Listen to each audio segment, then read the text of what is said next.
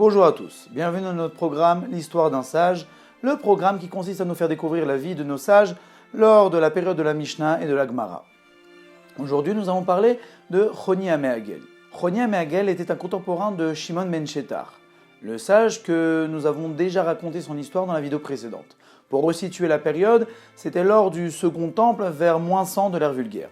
Pour expliquer son surnom à Me'agel, puisqu'il s'appelle Choni HaMe'agel, Me'agel n'étant pas son nom de famille mais un surnom, il y a une divergence d'opinion. Nous avons trois avis. Premier avis, c'est par rapport à sa fameuse histoire où il a tracé un cercle par terre, et Me'agel veut dire celui qui fait un cercle. Nous allons raconter son histoire bientôt. Deuxième opinion, c'est par rapport à sa ville natale. Étant donné qu'il venait de la ville Maglo, nous l'avons appelé Me'agel. Et troisième opinion, c'est par rapport à son métier. Puisqu'étant donné qu'il avait comme profession d'aplanir les toits, grâce à une truelle qui s'appelait en hébreu Ma'agela, donc c'est pour ça qu'on l'a appelé Me'agel par rapport à son ustensile de travail Ma'agela. Choni HaMe'agel était connu pour son savoir, mais aussi pour son immense force de prière de Tfila. Comme nous allons le voir dans l'histoire suivante, qui est une histoire assez connue. C'était lors d'une famine en Eretz Israël. Le printemps allait arriver et il n'y avait pas encore une seule pluie. Étant donné qu'il n'y avait pas de pluie, les gens n'avaient ni à boire ni à manger. Alors ils sont allés voir Choni HaMe'agel, étant connu pour sa force de prière. Ils ont demandé à Choni est-ce qu'il pouvait prier pour que Akadosh Baruch Hu fasse pleuvoir. Alors Choni HaMe'agel traça un cercle par terre et se mit à l'intérieur du cercle. Et il dit à Akadosh Baruch Hu, je te jure, Dieu, que je ne sortirai pas d'ici tant que tu ne feras pas pleuvoir. Alors là, Akadosh Baruch Hu fit pleuvoir, mais une pluie très fine. Là, Choni HaMe'agel dit, non, ce n'est pas une pluie comme ça que j'ai demandé.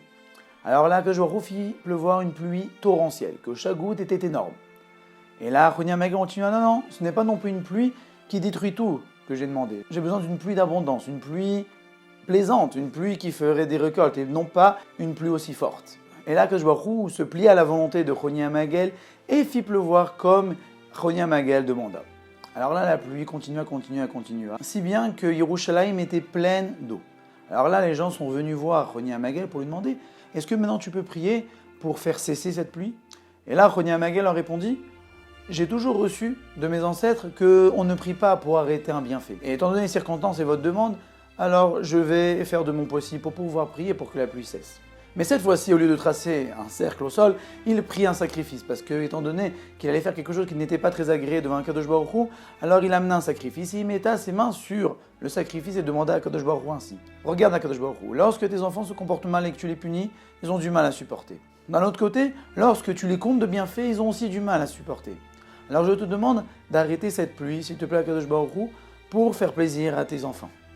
Et là, Akadosh Baruch Hu arrêta la pluie, si bien qu'immédiatement l'abondance commença. À la suite de cette histoire, Shimon ben Shettar, qui était le dirigeant d'Eretz Israël, dit sur Choni HaMe'agel, regarde Choni, tu as fait quelque chose de pas correct. Tu as parlé avec Akadosh Baruch Hu un peu avec impolitesse. On ne parle pas ainsi à Akadosh Baruch Hu.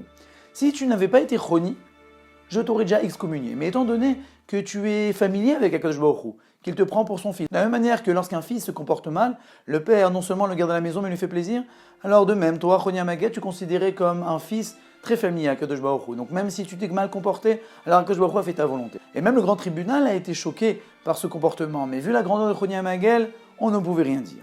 Cela est la première histoire. La deuxième histoire est un peu moins connue, mais aussi connue, c'est qu'une fois Choni HaMe'agel, il se promenait en chemin, il vit une personne qui planta un caroubier. Et là, il lui demande, mais pourquoi tu plantes un caroubier? Il dit, pour avoir des fruits. Il dit, oui, mais tu es d'accord que c'est pas toi qui vas en profiter des fruits, ce sera que ton fils ou ton petit-fils. Il dit, alors, si moi j'ai pu profiter des arbres fruitiers, c'est parce que mes grands-parents ont planté des arbres fruitiers. Donc de la même manière, moi aussi je plante des arbres fruitiers pour faire profiter mes petits-enfants. Alors là, Choni s'asseya pour manger son pain, et Akadosh Baruch Hu fit tomber sur lui un sommeil très profond, et fit pousser autour de lui des rochers de telle manière qu'il ne pouvait pas être vu. Et par miracle, il se réveilla 70 ans après, sans aucun signe de vieillesse.